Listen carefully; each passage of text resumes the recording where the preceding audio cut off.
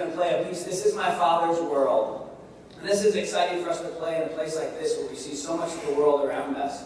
And we're reminded that though the wrong might seem strong, though there might be impossibles that seem to come up and cloud our way, that things might seem difficult, that our God is the ruler, that He is the King, and that He reigns over all. And we celebrate that this morning as we play This Is My Father's World.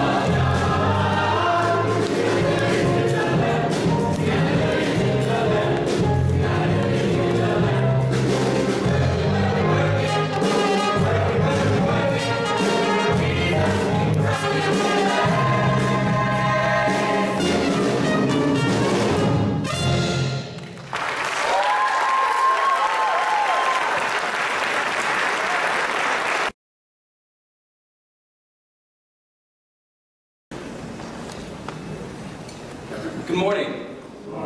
Well, my name is not Fred, my name is Mark Craddock. Awesome to meet with you all. I am a junior at Asbury University studying the great, wonderful art of recreation. I'm basically going to college to learn how to play. Great stuff. So like all my friends over here, they're taking classes like calculus, I'm taking classes like rock climbing. So, good time. I'm here today to tell you my testimony, to tell you my story, where I have been, where I am, and where I am going. And I want to start where my childhood in Ada, Oklahoma. When I was first born, doctors told everyone, or told my parents, that it would be very difficult for them to even have a child. So the very fact that I am here and my two brothers were born, if you know my family, Mark and Leanne Craddock, who are now stationed in Baltimore, the fact that my mother has had 3 children is a miracle in itself.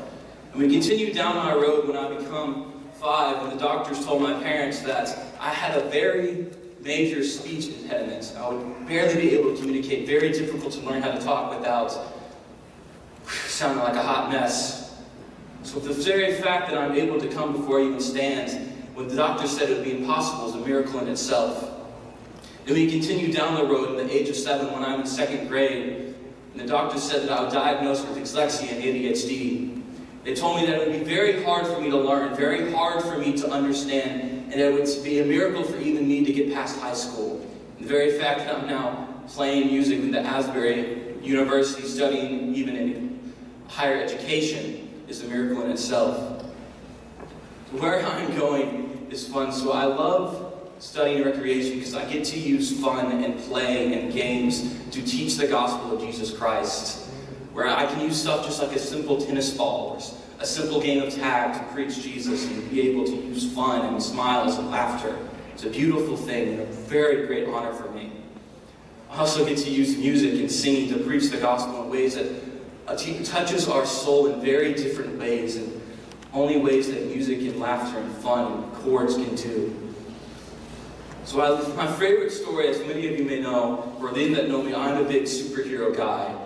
For Marvel to come out with Spider-Mans and Avengers and all these has been great. The scene, if you know my brother Jonathan Flowers, we went to watch the Avengers before, and like the scene where they're in New York and all the Avengers are getting together, me and him were screaming like girls watching Twilight. So I love the story of David when he's up against impossible odds, where his enemy has come and taken his wife, his possessions, and all the men are thinking of stoning him. But he turns to his priest and says, "Give me time to pray." And he goes and asks God, in the face of impossible odds, "What should I do?" And God looks at him and says, "Go, I will be with you." I look at the story of Moses at the burning bush when God tells him that you will do this, you will go deliver my people. And he says, "God, I am slow of speech." And God answers him, "Who is it that made man's tongue? Who made his able to speak or hear? Is it not I, the Lord? Now go, and I will teach you what it is to say." So while I'm going, I ask the question, what is your impossibles? What is it that the world tells you that you cannot do?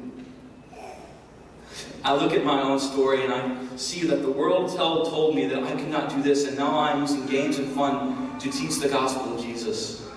And I embrace this call of officership that's later down the road after my time at Asbury. I'll be able to use my speech.